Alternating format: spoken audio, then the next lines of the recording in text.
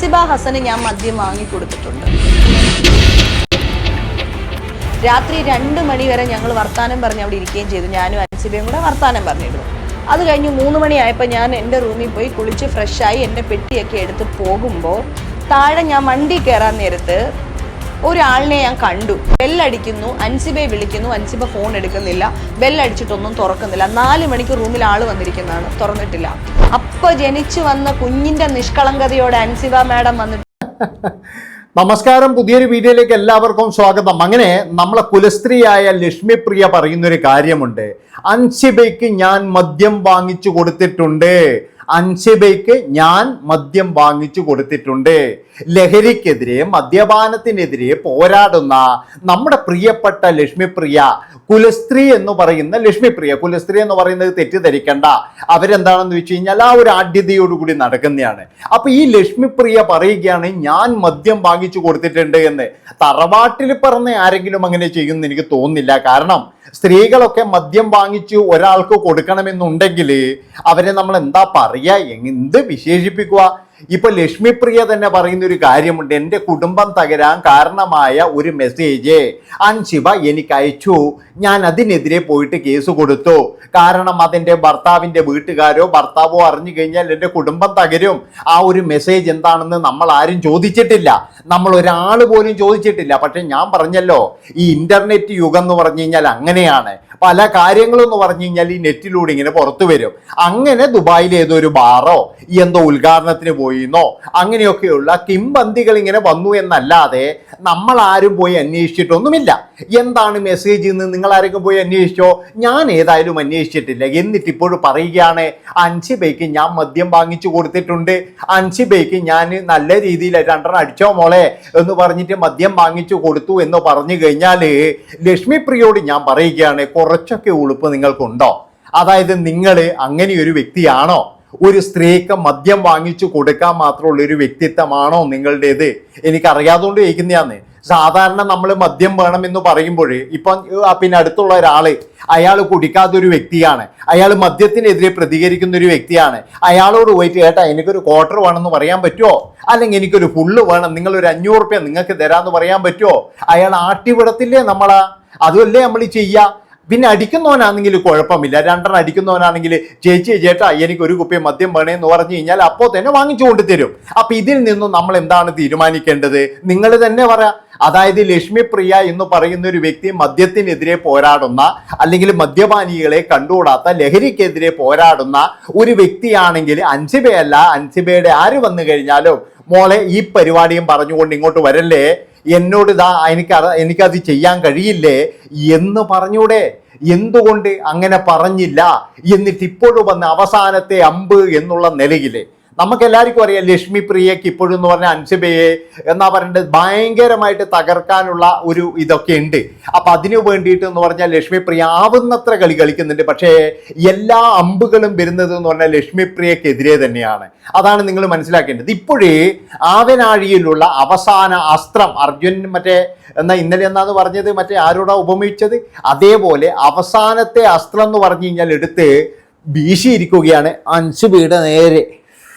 മഹാഭാരതി കഥ, ഇതു ശ്രീ മഹാഭാരതി കഥ. അങ്ങനെ അൻസിബയ്ക്കെതിരെ അവസാനത്തെ ആയുധവും അങ്ങ് തൊടുത്തു വിടുമ്പോൾ അങ്ങകലെ ആകാശത്ത് ഒരു തീകോളം പോലെ അതിങ്ങനെ ജ്വലിച്ചു വരുമെന്നാണ് നമ്മുടെ ലക്ഷ്മിപ്രിയ പറയുന്നത്. ശംഭോ മഹാദേവ. ഏതായാലും ലക്ഷ്മിപ്രിയ പറയുന്നത് കൃത്യമായിട്ട് നമുക്കൊന്ന് കേട്ടിട്ട് വരട്ടാ. അൻസിബ ഹസന് ഞാൻ മദ്യം വാങ്ങിക്കൊടുത്തിട്ടുണ്ട്. രാത്രി 2 മണി വരെ ഞങ്ങൾ വർത്താനം പറഞ്ഞ് അവിടെ ഇരിക്കുകയും ചെയ്തു. ഞാനും അൻസിബയും കൂടെ വർത്താനം പറഞ്ഞിരുന്നു. അത് കഴിഞ്ഞ് 3 മണിയായപ്പോൾ ഞാൻ എൻ്റെ റൂമിൽ പോയി കുളിച്ച് ഫ്രഷായി എൻ്റെ പെട്ടിയൊക്കെ എടുത്ത് പോകുമ്പോൾ താഴെ ഞാൻ വണ്ടി കയറാൻ നേരത്ത് ഒരാളിനെ ഞാൻ കണ്ടു. ബെല്ലടിക്കുന്നു, അൻസിബയെ വിളിക്കുന്നു, അൻസിബ ഫോൺ എടുക്കുന്നില്ല, ബെല്ലടിച്ചിട്ടൊന്നും തുറക്കുന്നില്ല. 4 മണിക്ക് റൂമിൽ ആൾ വന്നിരിക്കുന്നതാണ്, തുറന്നിട്ടില്ല. അപ്പോൾ ജനിച്ചു വന്ന കുഞ്ഞിൻ്റെ നിഷ്കളങ്കതയോടെ അൻസിബ മാഡം വന്നിട്ട് വാതിൽ തുറന്നു. ഇങ്ങനെ നോക്കുമ്പോഴത്തേന് ഈ പുള്ളി കട്ടിലയിൽ ഇരിക്കുക, ഈ മനുഷ്യൻ കട്ടിലയിൽ ഇരിക്കുന്നു, എഴുന്നേറ്റിരിക്കുന്നു. അപ്പൊ ഇതാരാണെന്ന് ചോദിച്ചു. അയ്യോ ഇതെന്റെ ബ്രദറാണ് എന്ന് പറഞ്ഞു.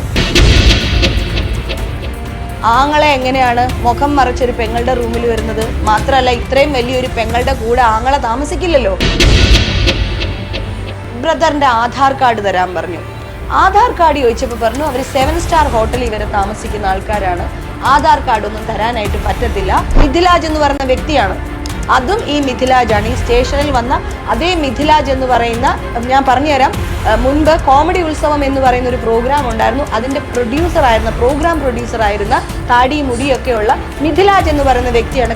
ഇങ്ങനെ ഒരു കാര്യം നടന്നിട്ടില്ല എന്ന് അൻസിബ തെളിയിക്കണം. മിഥിലാജ് അൻസിബയുടെ റൂമിൽ വന്നിട്ടില്ല എന്ന് അൻസിബ തെളിയിക്കണം. അൻസിബ തീർന്നു, അൻസിബേനെ തീർത്തു, അൻസിബയെ തീർത്തു. അതായത് അൻസിബ എന്ന് പറയുന്ന ആ യുവതിയെ അവരുടെ റൂമിൽ ഏതോ ഒരുത്തനെ താമസിപ്പിച്ചിട്ട് പറയുകയാണ് പോലും അവൻ എൻ്റെ സഹോദരനാണെന്ന്. അങ്ങനെ സഹോദരൻ എന്തിനാണ് ഈ സഹോദരിയുടെ മുറിയിലേക്ക് വരുന്നത്? അതായത് അത് മാത്രവുമല്ല, സഹോദരിയുടെ മുറിയിലൊക്കെ എങ്ങനെ താമസിക്കോ? അല്ല, താമസിച്ചുകൊണ്ട് ചെയ്ത എന്തെങ്കിലും പ്രശ്നമുണ്ടോ? സഹോദരനാണെങ്കിൽ താമസിച്ച് കഴിഞ്ഞാൽ ഒരു പ്രശ്നവുമില്ല. ഇനിയിപ്പോഴെന്ന് പറഞ്ഞു കഴിഞ്ഞാൽ അതിൻ്റെ അകത്ത് ഒരാളുടെ പേര് മെൻഷൻ ചെയ്യുന്നുണ്ട്.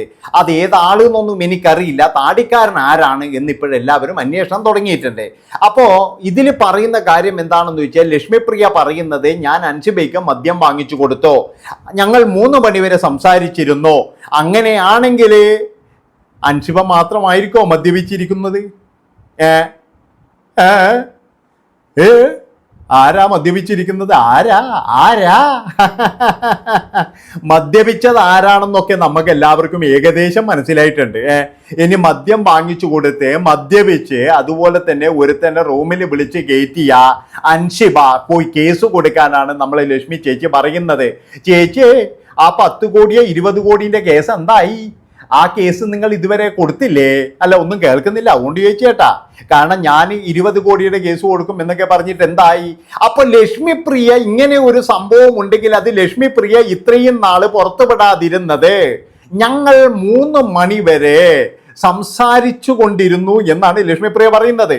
അപ്പൊ മദ്യം വാങ്ങിച്ചിട്ടുണ്ടെങ്കിൽ ഞാൻ വാങ്ങിച്ച മദ്യം, ഞാൻ ബില്ല് കൊടുത്ത മദ്യം എന്ന് കൃത്യമായിട്ട് ലക്ഷ്മിപ്രിയ പറയുന്നുണ്ട്. അപ്പൊ അങ്ങനെയാണെങ്കിൽ ആ മദ്യത്തിന്റെ അളവ് അതാണ് എനിക്ക് കൃത്യമായി പറഞ്ഞു കഴിഞ്ഞാൽ ലക്ഷ്മിപ്രിയ പറയുന്നത് ശരിയാണെങ്കിൽ ഇവര് 2 പേരും സംസാരിച്ചിട്ടിരുന്നിട്ടുണ്ടാവാം, ഇവര് 2 പേരും മദ്യം വാങ്ങിച്ചിട്ടുണ്ടാകാം. അങ്ങനെ അൻസിബ റൂമിലേക്ക് പോയപ്പോഴേ ആരെങ്കിലും കണ്ടു എന്ന് ഇവര് പറയുന്നുണ്ട്. അതും ശരിയാണെങ്കിൽ അത് സഹോദരനാണെന്ന് പറഞ്ഞിട്ടുണ്ടാകാം. ഇതൊക്കെ ശരിയാണോ? അൻസിബയാണ് തെളിയിക്കേണ്ടത്. മനസ്സിലാക്കണം, നിങ്ങൾ അൻസിബയാണ് തെളിയിക്കേണ്ടത്. പക്ഷേ എനിക്ക് തോന്നുന്നത് എന്താണെന്ന് വെച്ചാൽ, ഇനി ഇങ്ങനെ ഒരു സംഭവം ഉണ്ടെങ്കിൽ തന്നെ ഇത് ലക്ഷ്മിപ്രിയ ഇത്രയും നാൾ ലേറ്റാക്കും നിങ്ങൾക്ക് തോന്നുന്നുണ്ടോ? എന്നാൽ എനിക്ക് തോന്നുന്നുണ്ട്. എന്താണെന്ന് വെച്ചാൽ, ലേറ്റാക്കി കഴിഞ്ഞാൽ മാത്രമേ ഇതിനൊരു ഇതുള്ളൂ. അതായത് ലക്ഷ്മിപ്രിയ അന്ന് തന്നെ പറഞ്ഞിട്ടുണ്ടെങ്കിൽ ചിലപ്പോഴെന്ന് പറഞ്ഞു കഴിഞ്ഞാൽ ഭർത്താവ് ചോദിക്കും, നീ അവളെ കൂടിയും കുടിച്ചോടി എന്ന് ചോദിച്ചാലോ എന്നുള്ളൊരു ഭയം ഉണ്ടാകും. അതായത് ലക്ഷ്മിപ്രിയയുടെ എന്താണ് കുടുംബം തകരാനുള്ള ഒരു കേസ്, ആ കേസിന്റെ അന്ന് എന്തുകൊണ്ട് ഇങ്ങനെ ഒരു കേസ് എടുത്തിട്ടില്ല? ഇത്രയും നാൾ ലക്ഷ്മിപ്രിയ അൻസിബയെ തകർക്കാൻ വേണ്ടിയിട്ട് ഓടി നടക്കുമ്പോഴും കേസ് കൊടുക്കുമെന്ന് ഭീഷണിപ്പെടുത്തുമ്പോഴും അതുപോലെ ഒരു സ്റ്റേഷനിൽ ഇരുത്തിയിട്ട് ഒരുപാട് നേരം എന്ന് പറഞ്ഞു കഴിഞ്ഞാൽ അതിനെ ഇല്ലാതാക്കുമ്പോഴും എന്തുകൊണ്ട് ഈ ഒരു കാര്യം മാത്രം ലക്ഷ്മിപ്രിയ മറച്ചു വെച്ചു? അതാണ് എനിക്ക് ചോദിക്കാനുള്ളത്. അല്ലെങ്കിൽ ചോദിക്കുകയാണ്, ഇതാരുടെ തിരക്കഥയാണ്? ആരാണ് ഈ നാടകത്തിന് പിന്നിൽ? അതാണ് എനിക്ക് അറിയേണ്ടത്, അല്ലാതെ വേറെ ഒന്നും അറിയണ്ട. ഇനി വേറെ ഒരു കാര്യം കൂടി ഞാൻ പറയാം കേട്ടോ. അൻസിബ ഇനി ആരെങ്കിലും വിളിച്ച് റൂമിൽ കയറ്റിയാലോ അല്ലെങ്കിൽ അൻസിബയുടെ കൂടെ ആരെങ്കിലും താമസിച്ചാലോ ഇതൊന്നും ഒരു പ്രശ്നവുമല്ല ലക്ഷ്മിപ്രിയ. കാരണം എന്താണെന്ന് വെച്ച് കഴിഞ്ഞാൽ അൻസിബയ്ക്ക് വേറെ ഭർത്താവോ അല്ലെങ്കിൽ കുഞ്ഞുങ്ങളോ കുടുംബോ ഒന്നുമില്ല. അവര് ചിലപ്പോഴെന്ന് പറഞ്ഞാൽ ലിവ് ഇൻ റിലേഷൻ ആയിരിക്കാം, അല്ലെങ്കിൽ എന്ന് പറഞ്ഞു കഴിഞ്ഞാൽ അവരെന്താ പറയേണ്ടത്, അവര് റിലേഷനിലായിരിക്കാം. ഇനി എന്തൊക്കെ ആയിക്കഴിഞ്ഞാലും അവര് 2 പേരും മുതിർന്നവരാണ്. ഇനി എങ്ങനെ ആയിക്കഴിഞ്ഞാലും അതിലൊന്നും ഒരു കുഴപ്പവുമില്ല. പക്ഷെ മദ്യം വാങ്ങിച്ചു കൊടുത്തു, മദ്യം എങ്ങനെ, അതാണ് ഇപ്പോഴത്തെ കുഴപ്പം. അപ്പൊ ആ മദ്യത്തിന്റെ പകുതി എവിടെ പോയി എന്നാണ് എനിക്കറിയാനുള്ളത്. ഇതിപ്പോഴെന്ന് പറഞ്ഞു കഴിഞ്ഞാൽ ഇതൊരു വലിയ, ഇപ്പൊ അൻസിബയ്ക്ക് വേറെ കുടുംബവും കുട്ടികളെല്ലാം ഉണ്ടെങ്കിൽ നിങ്ങൾ പറയുന്നത് ശരിയാണ്, അൻസിബ ഭർത്താവിനെ വഞ്ചിച്ചിട്ട് മറ്റവൻ്റെ കൂടെ പോയി എന്ന്. പക്ഷേ അവിടെയും ഒരു പ്രശ്നമുണ്ടല്ലോ ലക്ഷ്മിപ്രിയ. അതായത് നിങ്ങൾ എന്തിനാണ് ഈ ഒരു കാര്യം ഇപ്പോഴെടുത്തിട്ടത്? ആരുടെ നിർദ്ദേശപ്രകാരമാണ്? നടന്നതാണെങ്കിൽ തന്നെ എന്ന് പറഞ്ഞാൽ ഇതിലെന്താണ് പ്രശ്നം? അതായത് ഇതിന്റെ പകുതി ആരാന്ന് കഴിച്ചതെന്ന് ചിലപ്പോൾ ഇനിയിപ്പോഴേ അൻസിബ വന്ന് പറഞ്ഞു കഴിഞ്ഞാലോ, അല്ലെങ്കിൽ ഇങ്ങനെ ഒരു സംഭവം ഉണ്ടായിട്ടില്ല, ഇനി തെളിവ് എന്തെങ്കിലും ലക്ഷ്മിപ്രിയ കൊണ്ടുവന്നാലും ഒരു ചോദ്യം ഉണ്ടാകും, ഇതിന്റെ പകുതി എവിടെ കഴിച്ചോ, ആര് കഴിച്ചോ? ഇപ്പോഴെല്ലാവർക്കും മനസ്സിലായില്ലേ? അതായത് ലക്ഷ്മിപ്രിയ ഇപ്പോഴിങ്ങനെ പറയുമ്പം തന്നെ എന്ന് പറഞ്ഞു കഴിഞ്ഞാൽ എനിക്കൊരു കാര്യം മനസ്സിലായി. അതായത് ലക്ഷ്മിപ്രിയക്ക് ഇതിനെ പറ്റിയിട്ട് നല്ല ധാരണയും പരിചയവുമുണ്ട്. മദ്യത്തിനെ പറ്റിയിട്ട് അൻസിബക്ക് വേണമെങ്കിൽ എന്ന് പറഞ്ഞു കഴിഞ്ഞാൽ ഇനി ആ കൂട്ടുകാരനോട് പറഞ്ഞിട്ട് ഓനെ കൊണ്ട് വാങ്ങിപ്പിച്ചാൽ പോരെ? എന്തുകൊണ്ടാണ് ലക്ഷ്മിപ്രിയയെ കൊണ്ട് തന്നെ വാങ്ങിപ്പിച്ചത്? അപ്പൊ ലക്ഷ്മിപ്രിയ ബില്ല് കൊടുത്ത് ഒരാളെ മദ്യപിക്കണം അല്ലെങ്കിൽ അയാൾക്ക് മദ്യം വാങ്ങിച്ചു കൊടുക്കണമെന്നുണ്ടെങ്കിൽ അതിൻ്റെ ഉള്ളിൽ നോക്കിക്കഴിഞ്ഞാൽ എൻ്റെ പൊന്നു മക്കളെ, ചിലപ്പോഴേ അതിൻ്റെ അകത്തുള്ള പകുതി മദ്യം ആർക്ക് അവകാശപ്പെട്ടതായിരിക്കും? ആർക്കായിരിക്കും? അത് നിങ്ങൾ കണ്ടുപിടിക്കുക. അപ്പോൾ ഉടായ്പകളെല്ലാം ഇങ്ങനെ പൊളിഞ്ഞു പൊളിഞ്ഞു വരുവായിരുന്നേ. ഏതായാലും അത് അൻസിബ തന്നെ തെളിയിക്കട്ടെ എന്നാണ് എനിക്ക് പറയാനുള്ളത്. ഇനി അടുത്തത് എന്ന് പറഞ്ഞു കഴിഞ്ഞാൽ അടുത്തത് അൻസിബയെ പറ്റിയിട്ട് ലക്ഷ്മിപ്രിയ പറയുകയാണ്. അതായത് ശ്വേതാ മേനോൻ നാണം കെട്ടൊന്നും ഇറങ്ങിപ്പോയതല്ല, ശ്വേതാ മേനോൻ രാജിവെച്ചതിന് ശേഷമാണ് അൻസിബ കാര്യങ്ങളെല്ലാം പറഞ്ഞത് എന്ന് അവിടെ വീണെടുക്ക കിടന്ന് ഉരുളാൻ ശ്രമിക്കുകയാണ് നമ്മുടെ എല്ലാം പ്രിയപ്പെട്ട ലക്ഷ്മിപ്രിയ ചേച്ചി. ലക്ഷ്മിപ്രിയ ചേച്ചിക്ക് എന്താണ് പറയാനുള്ളത് എന്ന് നമുക്കൊന്ന് നോക്കാം. അതായത് അൻസിബ എന്ന് പറയുന്നത് പുലിക്കുട്ടിയൊന്നും അല്ല. അൻസിബ എന്ന് പറയുന്നത് അവിടെ വലിയ ആളുമല്ല. അൻസിബ പറയാൻ തുടങ്ങിയത് എന്ന് പറഞ്ഞു കഴിഞ്ഞാൽ എനിക്ക് ഈ സ്ഥാനം വേണ്ട എന്ന് ശ്വേതാ മേനോൻ വലിച്ചെറിഞ്ഞ് കഴിഞ്ഞതിന് ശേഷമാണ് പറഞ്ഞത്. അല്ലാതെ അൻസിബയെ പേടിച്ചിട്ടല്ല ശ്വേതാ മേനോൻ രാജിവെച്ചത് എന്നുള്ള വാചകങ്ങളാണ് ഇതിൻ്റെ അകത്ത്. ഇതൊന്ന് കേട്ടിട്ട് വരാം നമുക്ക് കേട്ടാ.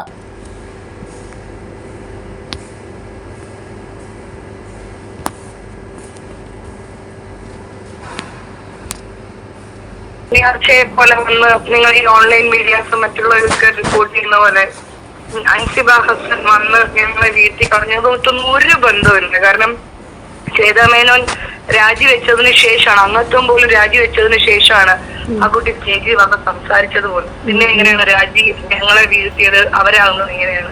നമുക്ക് തോന്നും ഒരു കാലത്ത് വലിയ നടി നടന്മാരൊക്കെ ഇവിടെ ഉണ്ടായിരുന്നു. ഇനി എങ്ങനെയാണ് മലയാള സിനിമ മുന്നോട്ട് പോകാന്ന് ഓരോ പ്രാവശ്യവും ഓരോരുത്തരുടെ മരണത്തിലും നമ്മൾ വിചാരിക്കും. ഇവിടെ എന്തെങ്കിലും സംഭവിക്കാറുണ്ടോ? ഈ പ്രകൃതിക്ക് എന്തെങ്കിലും മാറ്റം സംഭവിക്കാറുണ്ടോ?